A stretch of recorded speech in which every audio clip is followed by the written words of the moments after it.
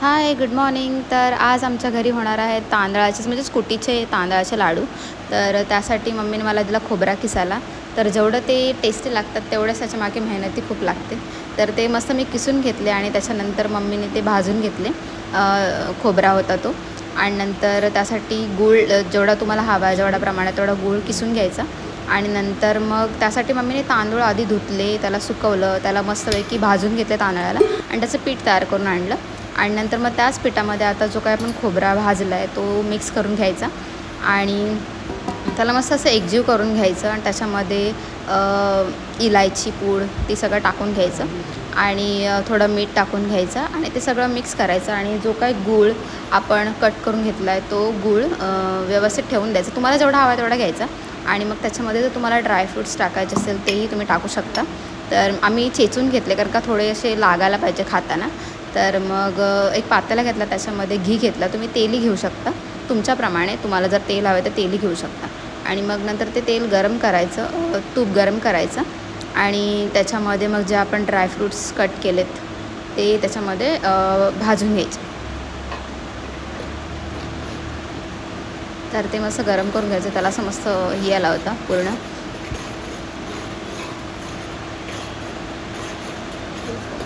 नंतर मग आता हे ड्रायफ्रूट्स मस्त गरम झाले, थोडे लाल झाले की त्याच्यामध्ये जो आपण गूळ कट केलं तुमच्या प्रमाणात गूळ ॲड करून घ्यायचा आणि त्या गुळाला असं मस्त मिक्स करून घ्यायचं जोपर्यंत तो एकदम पातळ होत नाही. आणि तुम्हाला जर चेक करायचं असेल की गूळ कसं म्हणजे किती प्रमाणामध्ये पातळ करायचं आहे तर एक वाटी घ्यायची, त्याच्यामध्ये पाणी घ्यायचं आणि मग आपलं गूळ पूर्ण वितळून झालं की ते गूळ त्या पाण्यात टाकायचं. जर त्या पाण्यामध्ये त्या गुळाचा असा मस्त की गोळा होत असेल तर समजून जा की ते बरोबर आहे आपल्या लाडूसाठी, म्हणजे लाडू बरोबर मिळून येतात.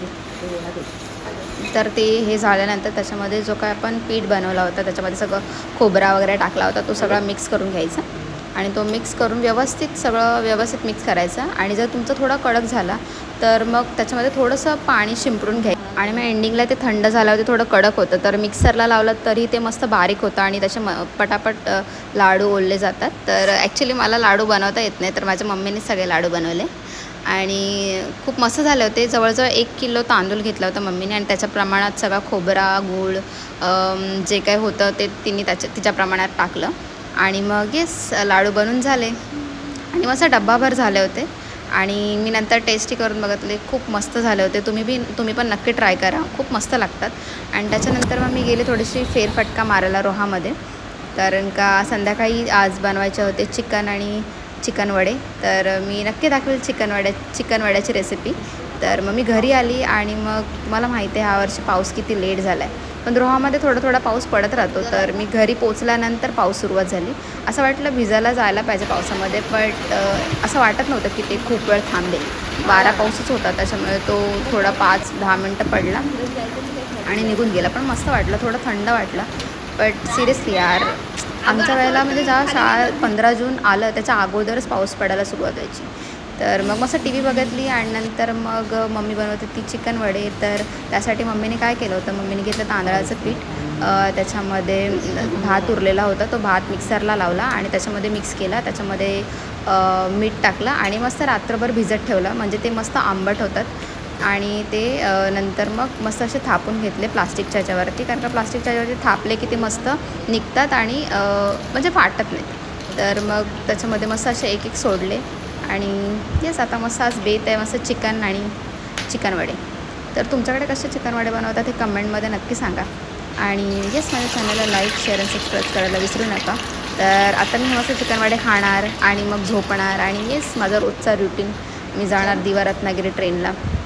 तर फक्त पापड भाजायचं काम मीच केलं, बाकी सगळं मम्मीने केलं. आणि तुम्ही बघू शकता रात्रीचे वाजलेत 11:15. तर आता झोपायचं आणि उद्या सकाळी उठायचं. खरंच खूप कंटाळा येतो यार सकाळी उठायचं आणि रोज त्या ट्रेनने जायचं.